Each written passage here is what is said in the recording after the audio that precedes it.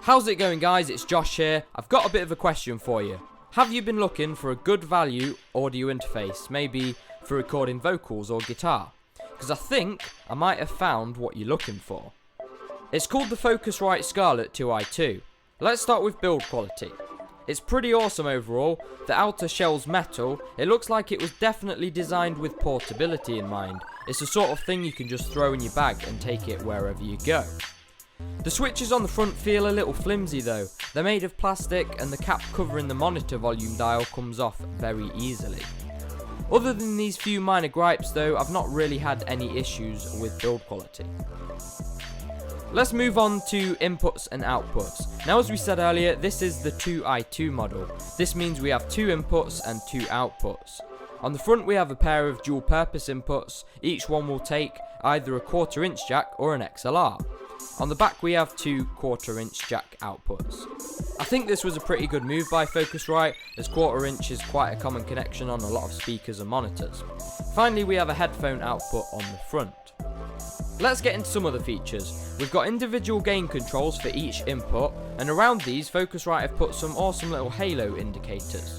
These indicate your signal level, which turn from green to red if your signal starts clipping.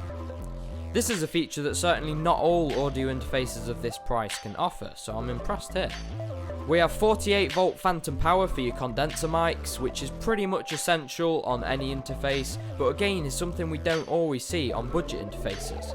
We've got separate volume controls for the main monitor and headphones, which is also nice. And finally we have line and instrument switches for each input, and also a direct monitor switch, which basically just bypasses the interface, taking your signal and putting it straight through the speakers. This is handy when you're needing zero latency monitoring. This brings me on to latency.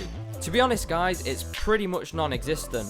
Even for things like recording guitar, you're not really going to notice any delay. The actual audio control panel that comes with this thing will go all the way down to 1 millisecond.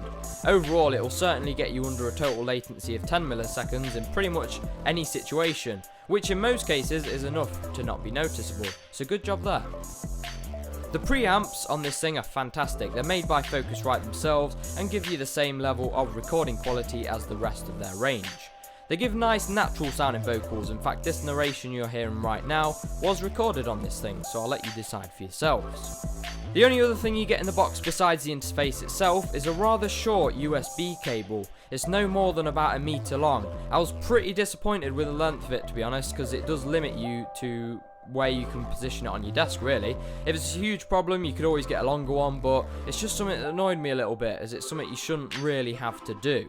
All that aside though, you've got to remember that this thing is £90. It offers a whole lot of features for the price, and despite a few little nitpicks here and there, I would wholeheartedly recommend it. Thanks for watching everyone. I do quite a lot of reviews on this channel, so hit that subscribe button and drop us a like rating if you'd like to see more, and I'll see you in the next one.